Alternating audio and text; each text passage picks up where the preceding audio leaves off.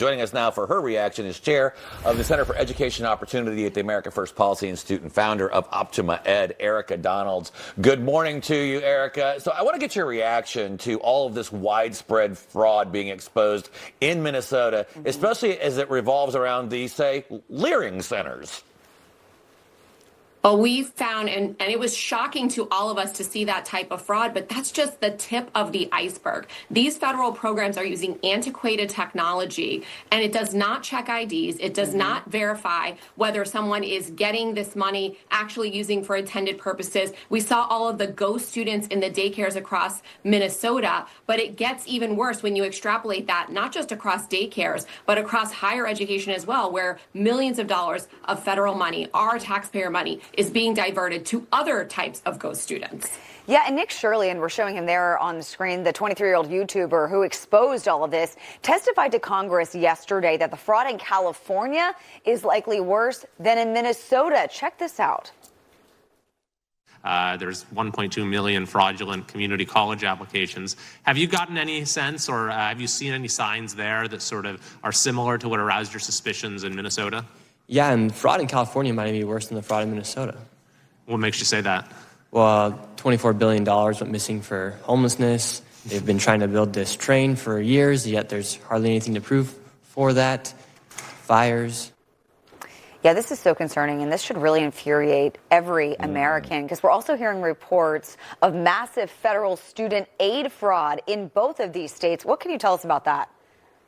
The Department of Education said that 1 in 3 community college applications in California were flagged as fraudulent. These are fake ghost students, similar to what we saw in Minnesota, who have no intention of actually enrolling in classes or graduating. They're only applying long enough to get those federal funds and then drop out and walk away. Making it worse, sometimes they're using actual students' identities and creating identity fraud that those students then have to deal with as well.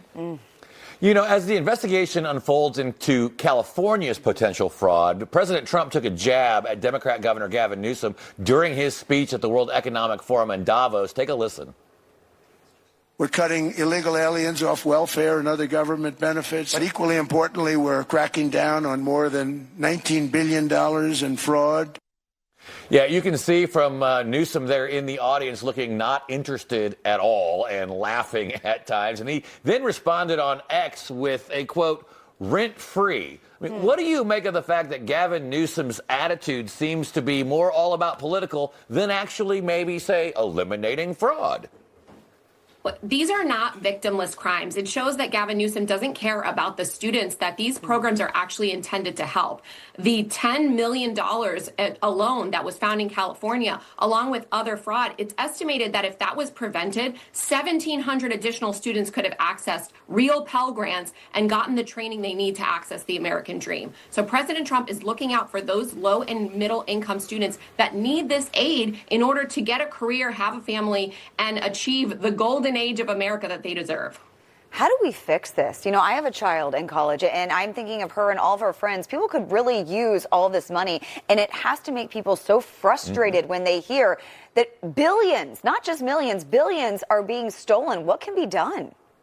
Well, the good news is that technology is available to verify these identities, to cross-reference our government systems to ensure that people are not taking advantage of the system and that these students are real people and they are who they say they are. The problem is that government has not invested in these upgrades. Thankfully, the Trump administration is focused, as he started out with Doge and Elon Musk, upgrading their systems to ensure that they do talk to each other and that these red flags are identified and acted upon. Yeah, and about the last 30 seconds we have, it's going to take leaders from both parties to do it. But I saw that there's actually a proposal in Virginia to eliminate the requirement that non-for-profits prove that the money's actually going to benefit the people in need. That's not solving the fraud problem. Well, unfortunately, some Democrats care more about getting votes from even those who shouldn't be voting in our election system. And they're wanting to give this money away to fraudsters, to illegal aliens, and others who do not deserve it. And that's exactly what they're doing. They're trying to buy votes, and that is at the expense of those who actually need these funds and deserve the help and the leg up, if you will, that the Trump administration and Republicans are trying to give them. All right, Erika Donalds, great to have you with us this morning. Thank you. Thanks so much for having me.